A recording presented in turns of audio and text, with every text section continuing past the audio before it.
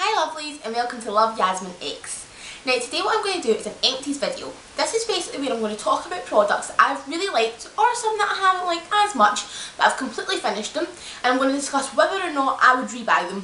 I thought this was quite a good video for sort of you to get to know me, because I think you can tell a lot about somebody through the products that they liked or didn't like, and you'll also get an idea of what my sort of budget is and things like that. Now first of all, I have a reasonable sized basket of products, so I'm just going to go through them one by one as I pick them out. The first one is this wee one here. This is the Original Source Vanilla Milk and Raspberry Shower Gel. Now this smells amazing. It smells like Starburst or Frutella, like the chewy sweets. It smells so good. I think this was about £1 when I bought it out of Boots.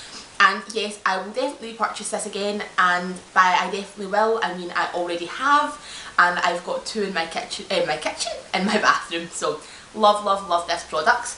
It also comes in a hand soap as well, so I have it too because I'm slightly addicted to this, but yes, love it. The second product is the Clinique Dramatically Different Moisturising Lotion, and this one is in the very dried combination skin. What a long name. I have had this a number of times. Every time I want to like it, I just don't. It's not good enough to be my only moisturiser, and then I'm kind of like, well, why am I using this? If this is supposed to be a moisturiser this is supposed to be a dramatically different moisturiser, then this isn't doing the job that I want it to do. So I probably will repurchase it at some point, just because I have this addiction to wanting it to work, but I wouldn't say it does at all. This is quite a large size. I don't know how much it was, I can't remember, but I would say if you're like me and you have dry or very dry skin, there's so many more better products out in the market than this one here. Then I have got another moisturiser, which is the Origin Starting Over Age Erasing Moisturiser. Obviously I don't really need, well maybe I do, maybe you think I do. I'm only 20, so I wouldn't say that anti-aging is sort of top of my priorities at all. This is the moisturiser here. As you can see, there's a tiny little bit left, but that wouldn't be enough to sort of cover my face, so I don't really know what I'm going to do with it. This one smells really nice. I think that all Origin's products have a sort of similar hair-based smell. And I don't mind it. It's not my favourite scent, but I definitely don't mind it. This is okay. Again, it's kind of similar to the Clinique one. Is it worth the money? I'm not 100% sure. Is it a good moisturiser? Yes. You have to be careful you don't put too much on, because it can start to sort of dry and almost peel if you put too much on. But yeah, I would say this is okay. If you're a fan of Origin's products and your skin works really well with Origin products, I think they work amazing. Just not necessarily sure if that's true for me. Just sticking with Origins, I'll just go on to the Origins Modern Friction, the Gentle Microdermabrasion. This again smells just like so herby, like I really don't know what other way to, like botanical. It's really very strong. This is an okay exfoliator. For me personally, I like things to be really gritty. I like when I'm going to exfoliate, I like it when it gives a good exfoliation. Because I am dry skinned, I do tend to sometimes get a little bit of flakiness, so I really like just to get all that away. This is okay, just one thing, I like to do my exfoliating in the shower, and this for shower exfoliation is really difficult because if it goes in your eyes it hurts like nobody's business. Obviously you're not going anywhere near your eye area with the exfoliator, but I like to exfoliate the top of my head sometimes because I do have a little bit of hair that sort of hangs down most of the time, and obviously the oil and stuff like that, so I just like to give it a good exfoliate, and I wouldn't say this is particularly good. If you're going to do this by the sink and you've got a cloth, then ideal. Last couple of things that are sort of skin related are these simple face wipes.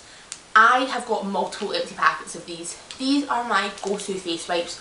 They're super gentle, have no fragrance, they're quite good at getting off your makeup.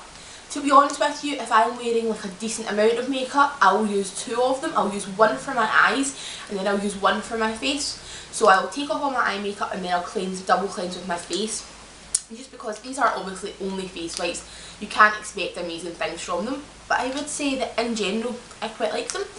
These are normally on offer I think that Boots normally do an offer, and then if Boots don't have an offer on, Superdrug will have an offer, and if Superdrug don't have an offer on, you can go to Body Care.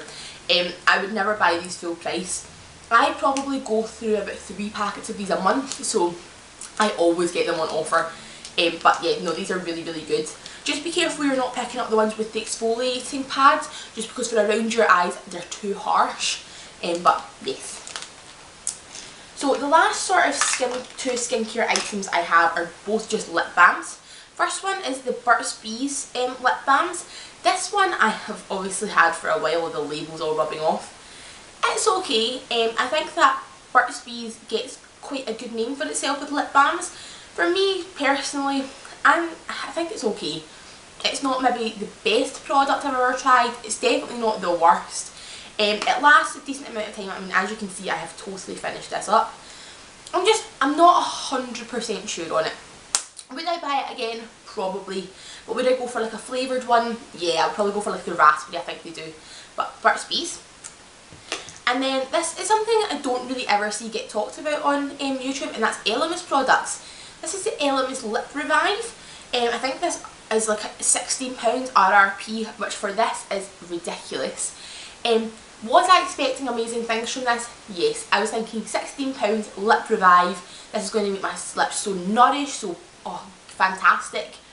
And then I tried it and I was a bit like, oh, it's okay, but it's not doing anything amazingly spectacular for my lips, and they were still, as soon as it kind of worn off, they were still crusting up. So this is a good lip balm probably for the summer when it's not cold, there's not a lot of change in the temperature. But for the winter, I wouldn't necessarily advise it, and for £16 I think it's slightly overpriced, and when I say slightly, I mean massively overpriced. For 7ml of product, that is crazy. So now I'm going to talk about 3 or 4 makeup items. First makeup item is this MAC Pro Longwear Concealer, and this is an NW15. Now this looks like it still has quite a lot in it, but for some reason whenever I pump it, absolutely nothing is coming out. I love this concealer. I think this is probably the best concealer on the market. My massive flaw and my massive area that I have concern with is in my under eye area, and I just love how this works. Gives you good coverage. It's dewy but not too dewy, so you don't get any sort of mascara transfer. I would definitely say go to your MAC counter, get yourself colour match and try it out. Don't necessarily go and buy it, get them to check what would be best for your skin type. Obviously I'm very dry. If you're maybe combination or oily skin, it maybe doesn't have quite as good an effect. I'm not 100% sure, but I would definitely go and sort of put it on your hand, walk about for a while and just see how long wearing it is, because I absolutely love it. It's fantastic. And I think this is only like £13 or £14, so it is expensive. It's more than the drugstore, but it's not to the extent of like your Chanel, your YSL, anything like that. So love this. The next product I have is just this Natural Collection clear mascara. I use this for my eyebrows. I don't really understand these people who go and spend like £15–20 on a MAC clear mascara or a YSL clear mascara, Chanel clear mascara, when you can just get a cheap one. This is just going to keep my eyebrows into place. I don't need it to be anything fantastic, miraculous, elongating, anything like that. I just need it to be a just general clear brow gel, and I think this does the job. I think this is £1.99, or Collection 2000 have like it's £1.99 for 1 product or £5 for 3. So even if you wanted to stock up, you could get 3, save yourself some money. But definitely like this. Then this product isn't actually finished. You can probably see it's not completely empty, and this is actually the same for all 3 of these products. This is the Bobbi Brown Shimmer Stick. I've had this for quite a while and it's in the colour Apricot. I really like this. However, I like a certain few colours, and the colours that I like have completely gone, and so I might repurchase. I have another one, another Bobbi Brown Shimmer Stick with me just at home just now, and so I'll probably use that up and then I'll maybe go into this, because I like using these as eyeshadows more than a highlight, which is what they're sort of intended for. But definitely would recommend these because they are a good quality product. They're really good for travelling because you've obviously got them all in one little kind of cube. The packaging is quite strong, so yeah, definitely would recommend that. And these next 2 products are also from MAC. Now this makes me seem like I'm a massive MAC junkie. I'm not. I have a few products from MAC that I've been really disappointed in, and a few products from MAC that I just don't think are worth the money. These two products, however, I have loved certain aspects of them. This is the limited edition MAC highlighter, and this is in semi-precious pearl. It's a mineralised skin finish. I don't know if you can tell, but there's a sort of gold swirled with white and purple in the middle, and then around that there was this gorgeous sort of pearly kind of just a sort of skin colour, which I was using as an eyeshadow, and I absolutely loved it. I wasn't getting enough use out of the product as a highlighter, so I was like, I wonder if I could use this in different ways.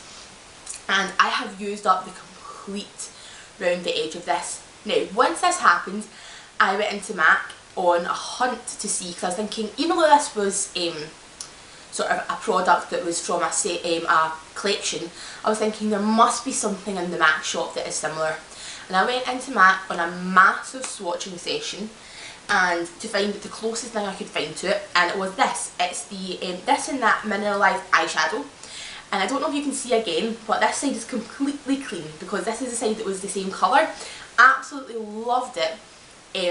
And don't particularly like this colour. I think it's too light for an eyeshadow. It's just not ideal. Love this colour. And then they don't do it anymore. So I'm going to have to go back into MAC, swatch everything I can find, because I love this colour for just an overall sweep of your eyeshadow. If you're just going to work, or you're just going out to the shops, or going for a coffee, or even if you're going on a night out and that to be like the sort of base colour for you. It's got a little bit of shimmer, but it's not too much, and I really, really liked it, so quite sad that that's that done.